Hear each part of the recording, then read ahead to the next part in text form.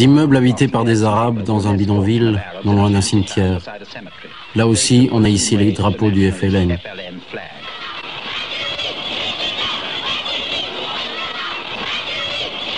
Un quartier, là aussi, complètement isolé. Le FLN a donné comme instruction que les manifestations restent pacifiques et que les manifestants restent chez eux en tout cas. Les Français, eux, ont interdit toute manifestation. La volonté d'indépendance domine chez les musulmans d'Alger, qui opposent la force de l'histoire à la force des armes.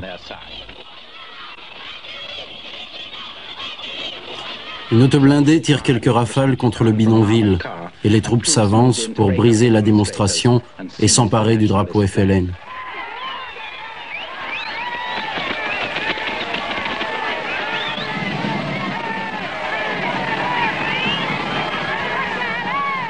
C'est ainsi qu'a débuté la 8e année de guerre en Algérie.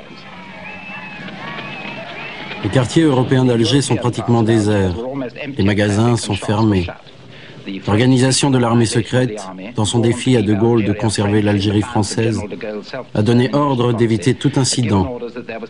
Ces ordres sont suivis, à de rares exceptions près, comme ici, où une papeterie a été plastiquée.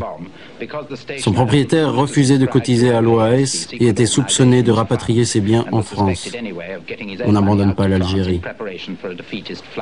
Le portrait déchiré du général Salan, le chef de l'OAS, paraît sacré aux yeux de ces jeunes Européens, tous partisans de l'OAS, et pour qui ce plasticage est une bonne farce.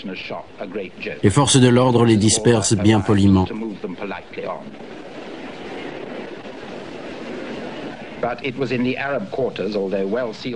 Mais ce jour-là, c'est dans les quartiers arabes, pourtant isolés, que l'on sentait le mieux la tension. Une tension qui, bien qu'habituelle à Alger, n'en demeure pas moins sinistre, désagréable. Les Européens ne peuvent oublier la terreur des attentats aveugles du FLN. Ils n'envisagent l'avenir qu'avec la crainte. Et ils ne prennent pas de risques.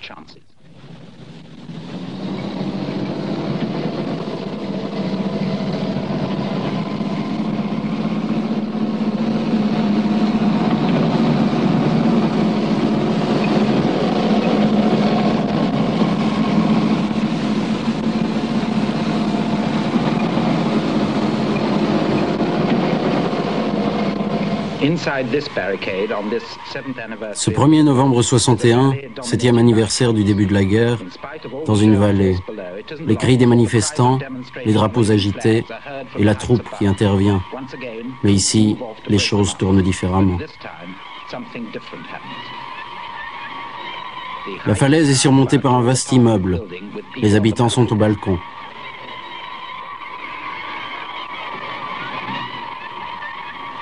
Soudain, depuis un des balcons, un coup de feu. Le lieutenant français est blessé. La patrouille se met à couvert, plus bas que la route, et concentre son tir sur la façade de l'immeuble. Le lieutenant est pansé, tandis que le tir continue.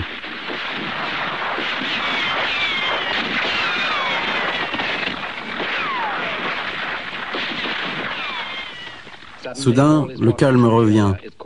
Le tir s'arrête et les blessés, certains du moins, sont chargés dans les ambulances par ceux-là même qui les ont blessés. Une vingtaine de victimes sont ainsi évacuées. Il y aurait 2 morts, chiffre modéré pour les normes algériennes. Des renforts arrivent, mais l'incident est clos. Ce déploiement de force empêche les questions sur l'origine et les raisons de cet incident. L'ordre est rétabli. Les forces de l'ordre ont fait leur devoir. Elles font leur devoir depuis de longues années et jamais l'indépendance des Arabes n'a été plus proche. Les Français apprendront peut-être un jour que la violence, même face à la provocation, n'est pas suffisante.